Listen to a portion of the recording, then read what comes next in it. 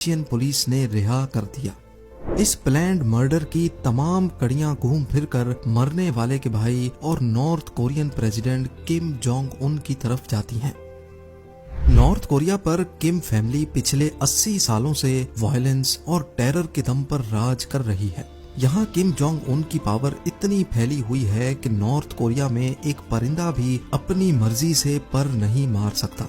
यहाँ सिर्फ पैसा उनके पास है जो प्रेसिडेंट के साथ खड़े हैं। लोकल पॉपुलेशन को कंट्रोल में रखने के लिए उनको गुलाम बनाकर काम करवाया जाता है, और अगर किसी ने गलती से भी आवाज उठाने की कोशिश की या प्रेसिडेंट के खिलाफ एक अल्फाज भी बोला तो उसकी सजा मौत से भी बढ़कर है।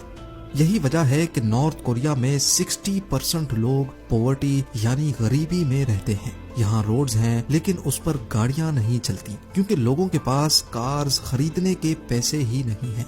यहाँ ना तो फेसबुक है, ना व्हाट्सएप और ना ही यूट्यूब। सोशल मीडिया का तो कोई कॉन्सेप्ट ही नहीं है, यानी यहाँ इंटरनेट की डेफिनेशन ही अलग है। अव्वल तो यहाँ कोई टूरिस्ट जाना पसंद ही नहीं करता, लेकिन अगर कोई फिर भी जाना चाहे तो नॉर्थ कोरिया में एंटर होने से पहले उसकी कड़ी जांच और चेकिंग की जाती है। टूरिस्ट के फोन में एक एक फोटो तक चेक की जाती है। नॉर्थ कोरिया का बुरा इमेज अगर किसी फोटो में भी पाया गया तो पूरे फोन को जब्त कर लिया जाता है। नॉर्थ कोरिया में फॉरेन मूवीज और सॉन्ग्स सुनने पर सख्त पाबंदी है। नॉर्थ कोरिया में रहकर इंटरनेशनल कॉल्स करना भी एक क्राइम है। 2007 में एक बिजनेसमैन को भरे मजमे में तब मार दिया गया जब उसने अपने सीक्रेट फोन से इंटरनेशनल कॉल की थी।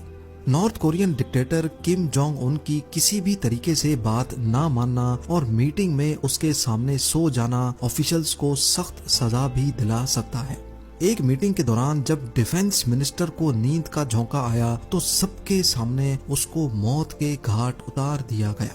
इन सब सख्त रूल्स के अलावा नॉर्थ कोरियन सिटीजन ने अगर गद्दारी की तो ना सिर्फ उसको बल्कि उसके बाप और उसके बच्चों को भी सफाए हस्ती से मिटा दिया जाता है, क्योंकि किम जोंग उनका मानना है कि जिस खून में भी गद्दारी आई तो वो उसकी पुश्ते मिटाकर लोगों के लिए एक दर्दनाक मिसाल बनाना चाहता है।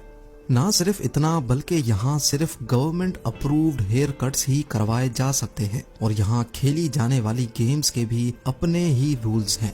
नॉर्थ कोरिया में कोई भी रिलीजन प्रैक्टिस करने की परमिशन नहीं है। अगर किसी के पास किसी भी रिलीजन की बुक या एक पेज भी मिला तो उसको कड़ी सजा से गुजरना पड़ता है।